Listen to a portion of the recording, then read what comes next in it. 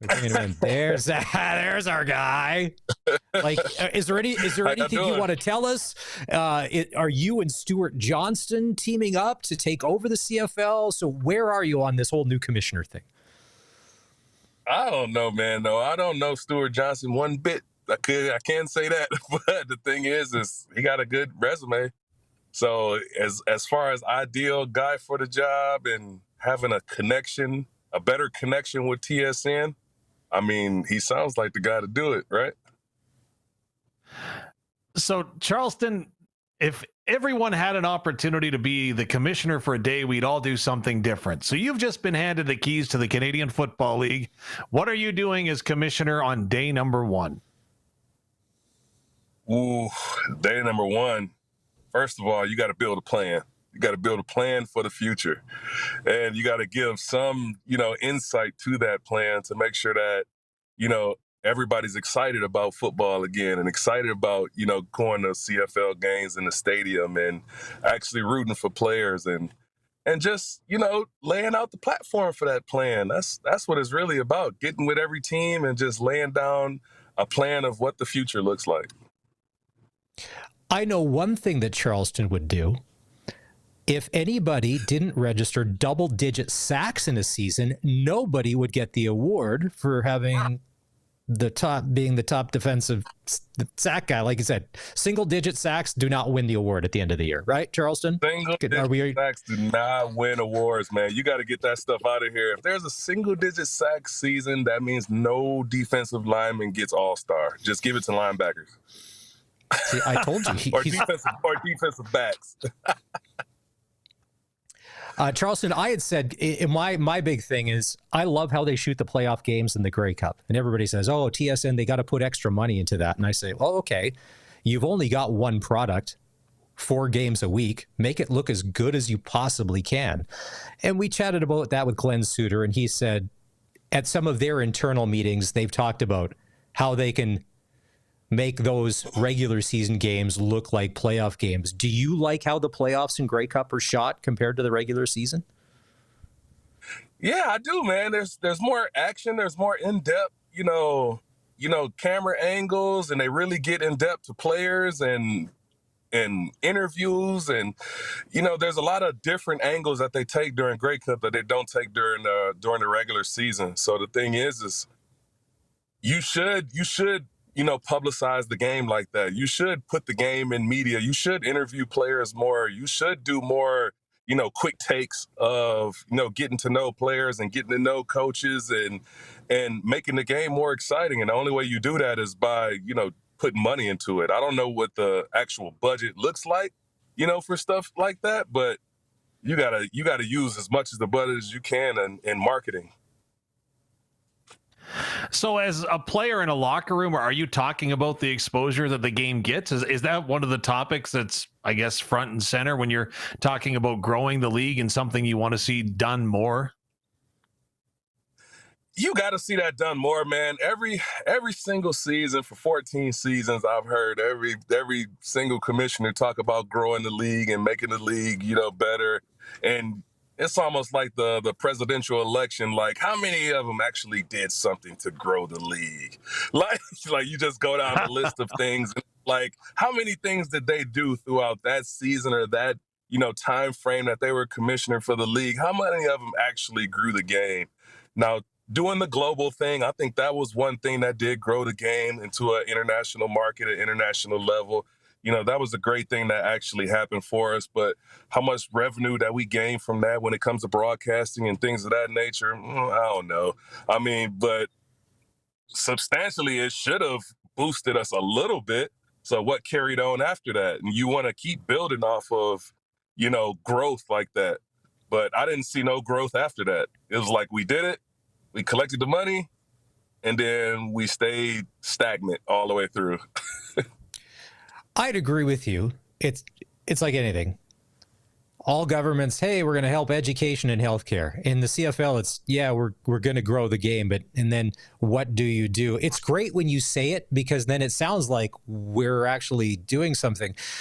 My whole thing is that I get that there's the fans, the new ones that you're trying to reach, but don't forget about the people that have been loyal for a really long time. Treat us well. You know what? Make it as good of an experience as possible. So this is where I want to go to. Did you play with Jay McNeil when you were with the Stamps? I did, yeah. Well, I Okay, didn't so play Jay, with him, but I knew of him. okay, so Jay has cooked up the Stampede Bowl.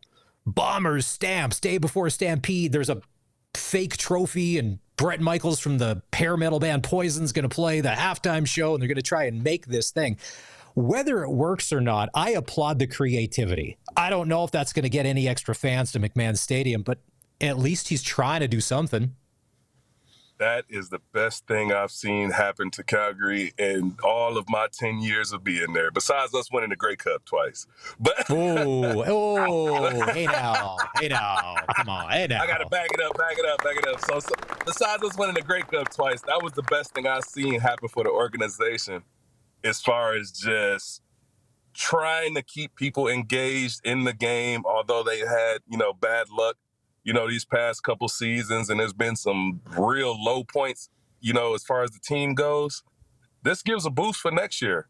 And you kind of want to see that same thing carry on for the rest of the season, where I think he took a page out of BC Lions' book where, they're making all their games super exciting right now. It's engaging for the young crowd is what everybody needs to start attacking is the young people. You want to get as much of the young crowd as you can. And, the BC Lions did an excellent job of that, these last, 2 or 3 years is going after the impact in the young crowd, making it into a concert, making the games exciting. Some of the most exciting games that I've been to personally was lacrosse games. And that's because they play music pretty much all the way through the game. So it's like exciting to go to those games, right? So you got to kind of take that same aspect and turn it into football and go, let's play more music throughout the game. Let's really make it into somewhat of a party, but still family oriented. I never really thought of Charleston Hughes as a Poison guy, but hey, I guess anything's possible in this world now. Having said that, though, you did mention growth, right? So what is the definition of growth in the CFL? Is it full stadiums? Is it 14 franchises? Is it television viewership? What's the best growth that you could see happening? The best growth that you could see happening is monetization, really. Making sure that everybody in the league is monetizing. And that's when you see the most growth, when you see everyone from players all the way up to the tippity top. Everybody's monetizing, and growth is happening every single year. That's the only way you can really tell growth, really, is by that. I mean, marketing, yeah, you want to see the team market players better. You want to see teams, market events just like, Calgary just did. But monetization is what shows growth. As someone who your Calgary experience, that's when you could draw good crowds and it's fallen off. And then you come to Rider Nation where it's crazy. Do players not go out in public enough? Because here, if a rider goes to an autograph signing or is going to be at a car dealership or something, it draws a crowd. Blanket league wide, are they just not doing enough of that where they're trying to actually get the players in front of people, potentially fans? I mean, everywhere I've been, every team really does a good job of getting the players in front of people. It's just about marketing the right players. There's specific players that go out and they do community events all the time, and they're the face of the franchise. But everybody knows in the CFL that quarterbacks are the face of every single franchise. So those are the guys who are front and center and and out in the community doing stuff. But you got to spread it out throughout the team. And I know Saskatchewan, they've always done a good job of making sure that they spread it out, So every player on the team has their opportunity to go do community service. When I was in Calgary, it was the same way. They did a good job of making sure all players, had the opportunity to go out and do some form of community service and, give back to the community. So that's kind of a big part of that whole, monetizing situation too, is making sure that, players give back to the community, take care of the fans, make sure they always thank the fans when they're there at those, events. And that's their way of saying thank you for coming to our games. And okay, so I gave you, I gave you the commissioner's job earlier, and you're still in the planning stages on day number 1. So now I'm going to give you the role of event planner. How about Charleston Hughes presents the Saskatchewan Celebration, where you do whatever you want to draw fans into a building? What is a part of that celebration of the game? That part of that celebration would be every single sack that happens, we're throwing Super Soaker water guns into the stadium. We're giving out surfboard. We're giving out surfboards, to fans on a 50-50 lottery draw. Yeah. Oh, I would love to see drunken Rider fans carrying a surfboard around Mosaic Stadium or whatever, and not be running into people, causing problems. Call the medical staff over. We gotta start campaigning for that already. The Charleston Hughes sword, giving out. Nice. So a month from today, it'll be day 5 of training camp. Now, as a player, forget year 1 because you don't know, but from year 2 on, where are you mindset-wise on day 5? Or have you shown your best yet? Are you ramping up? Are you now kind of taking it down? Like, where are you? Because you're not going all out day 1, first practice, whatever, all that. It's a game, right? It's a struggle. It's 2 weeks. So where were you on about day 5 of training camp? I'm a little bit different than most, man. I come out of the gate just flying all over the place. And I'm like that consistently for about at least the first 3 to 5 days, where I'm running around, I'm full speed, I'm looking to embarrass every offensive lineman I line up against. I'm trying to establish myself as I'm that guy on this team. And that's the only way you can go at it every single training camp, is to go into training camp, pardon my French, but kicking ass. Nice. Well, no, I always wonder about that strategy, because some people are maybe trying to play the long game, but you don't have a long time in the CFL. So from the start, if you do your best work early, they may say, okay, you're good. All right, now we're going to give someone else a look. So you were from the very first practice, it was on. There's no half speed. Yeah, that was just personally how I like to go into training camp, because I like to go into training camp in shape and ready to go, where some guys like to go into training camp and kind of build up to be, by the time you're out of training camp, then you're at your peak. I like to come in at my peak, show all the coaches where I am, physically and talent-wise, and then I dwindle it down and then coast the rest of the camp and get ready for the season after that. Did your preparation change for training camp over the years then? Like the way that you would approach your off season, so on and so forth? Never. I approached every training camp the same way, where I went in to dominate every single player that I played against, every single player that I lined up across from. I lined up to dominate and show them who I was or the type of player that I am at that time. Did that ever piss guys off? So you never did the AJ Ouellette? No, man, I would never do that.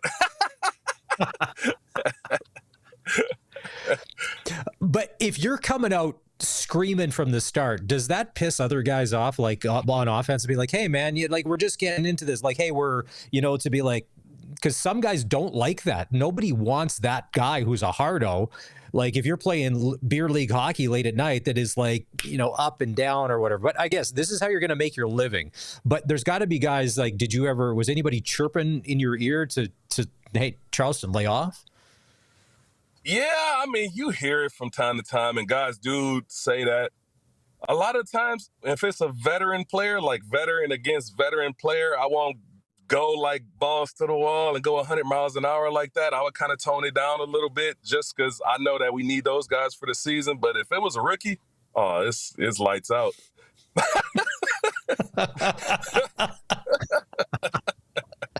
So we hear of the unwritten code in hockey, right? Like there's things that veterans don't do to other veterans. Same thing in football?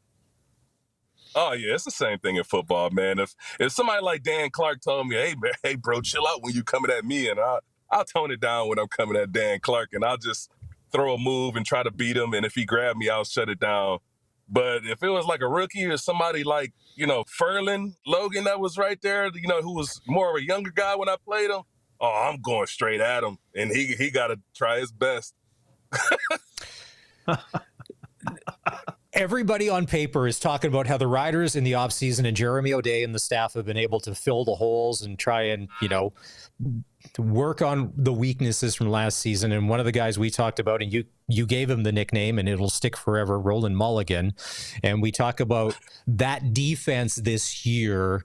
Did they, because of all that experience, need to come out of the gates like flying, like game one, and just it's got to be dominant from the start if they're making the Grey Cup and getting that home game for the West Final?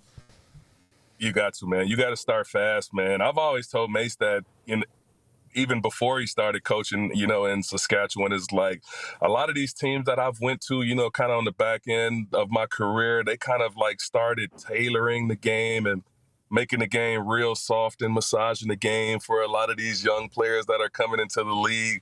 And I was like, man, it's just like the whole atmosphere is just not what it used to be, where I was like, we got to get back into that mode where we come to practice and the best guys play. And on top of that, you got to practice hard every single day. And if you don't come to practice and make practice harder than the game, then you're kind of doing it wrong as a coach. I was like, man, you got to make practice harder than the game, so when you go into the game, it feels like practice. Before you were Charleston Hughes, right? The CFL veteran, the guy that comes out and has the motor running 100 miles an hour every single rep. When you're entering the league, you've got basically 10 days, right, to make an impression that you should be on the roster. How difficult is that for a young player coming in? And what was your mindset knowing that you had that limited time to audition? Yeah, man, it's hard as a young player, man, because you're competing not only against, the talent of other players that are coming in with you, you're competing against the ratio. So yeah, it's even harder for an American player, depending on the ratio, and even for Canadians. Like sometimes that ratio plays a part in the Canadian position too, especially at receiver. So the thing is that you got to put your best foot forward every single play. I mean, I was cut my first year. So I know that's a great story. And Randy Chevrier, when he said he went and talked to the coach, you need to bring that guy back. You bring that. What was his name? Man, I was sent home, man. It was crazy, and I didn't even believe it. I was like, man, I thought I was the best player, the best option here, but I sucked at special teams. So it was like I got cut for a special teams player at the time. So I mean, but that's the name of the game. Because I was a good football player, they decided to lean towards the guy that was a better special teams player than a football player, because they thought they could teach somebody how to play football. But I was like, man, just teach me how to play special teams and I can do it. I never played special teams. So it was one of those kind of situations, and I won't be the first or the last to run through that kind of situation. So your former teammate, Bo Levi Mitchell, said on social media that he thinks if Hamilton wins the Grey Cup this year, that he'll pack it in and retire. You know Bo better than Dave or I. When Bo says that, is Bo looking for clicks and likes, or if they do win the championship, is he done? Oh, I don't know, man. I don't know. I think I heard John Bowman say that about 6 times, and he stuck around for like 6 years. Hey, I was waiting on John Bowman to finish up so I could pass him in sacks, and he still stuck around for like another 5-6 years. Oh. Well, Bo's a gunslinger, and if he has a great year and they end up winning the Grey Cup, why wouldn't he think he could come back and keep doing it again? Because like he's healthy. He for the most part, he's not a guy that's taken unnecessary hits. He's got a quick release. The game probably is slowed down to such a level for him where there's probably nothing he hasn't seen before. I mean, would be his. That could be the thing. That could be the thing, though. What's his motivation? Well, I'll ask you. You won 2 Grey Cups. Do they pay you enough to ride off in the sunset with that Grey Cup game check after winning the whole thing, or do you got to keep working? I don't know, man. I'm a little bit different than a quarterback, man. You know, quarterbacks, they're on a different pay scale than a player like me would. So it's like, what's his motivation to play? How much more can they pay him to come back? He say he might not come back, but if they say, hey, we'll pay you $2 million to come back next year, I bet he rethinks that. Hey, keep in mind that Bo Levi Mitchell is 3 years younger than Trevor Harris. But having said that, though, if you win the Grey Cup, is it harder to contemplate retirement? I know you have to listen to your body at some point, right? Father Time doesn't lose any battles. But if you win the Grey Cup, aren't your competitive juices going, oh, let's do this again? Or is it easier to walk away? I have no idea. I don't know. Henry Burris did it. He walked away after he won that Grey Cup in Ottawa. He didn't touch the field no more after that. A lot of the times, those guys it just depends on, I wouldn't say those guys, but for any player, it just depends on what's your continuous motivation, after you win a Grey Cup like that. Is it to break more personal records? Is it more personal goals? Maybe he's checked off all of his personal goals and he has nothing else to prove. So your motivation to play kind of, diminishes really. Well, on the Bo front, and then I want to ask you about this NIL stuff. Since Boveralls are a thing, has Bo sent you a pair of Boveralls? And are you wearing them in Texas, proudly supporting the CFL game south of the 49th?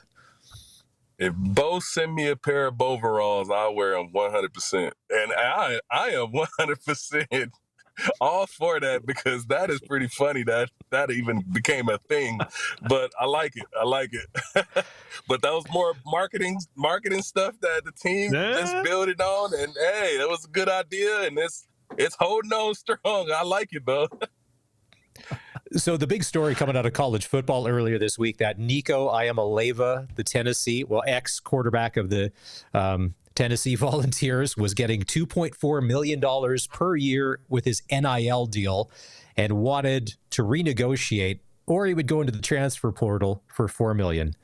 A few weeks ago when you were on, you said you were taking your daughter to an evaluation camp. She's thinking about colleges. We were asking about NIL money and all of that.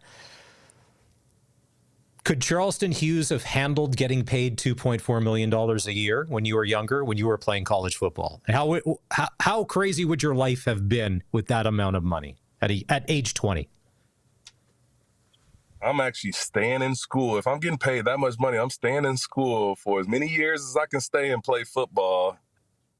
I'll probably take 2 injury red shirts just to stay back in school and get the whole 7 years, $2 million every single year, and then I'll come out and go to the NFL. Did he overplay his hand and get some bad advice? Because now he's basically begging for a team to pick him up, and he's never going to get that kind of money from anybody else. Yeah, I think he overplayed his hand, man. He should have just played his role, just been the player that he was. And whether he goes back to school or not, I don't think it really matters, but I think he just needs to, focus on his game. Because he was a good quarterback, but was he the best quarterback out there? No. Not really. Yeah.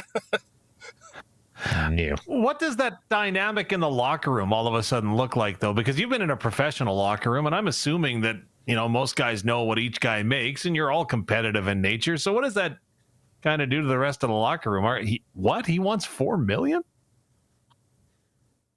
I mean, if he can get it, he can get it. But the thing is the dynamic of the locker room doesn't change, because there's more players that are just as hungry, ready to play right behind you. And that transfer portal just kind of screws everything up for everybody.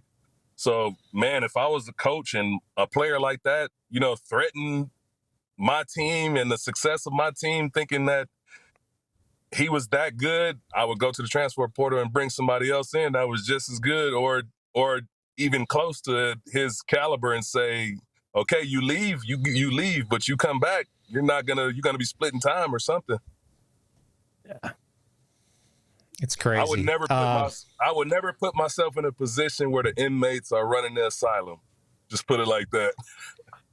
Yeah, no, I thought Josh Heupel handled it awesome because he didn't show up for the spring game last week, and he said no one's bigger than the team, no one's bigger than the tea, the orange tea for Tennessee, and it was like boom and done. So now USC has turned him down, or no, was it USC?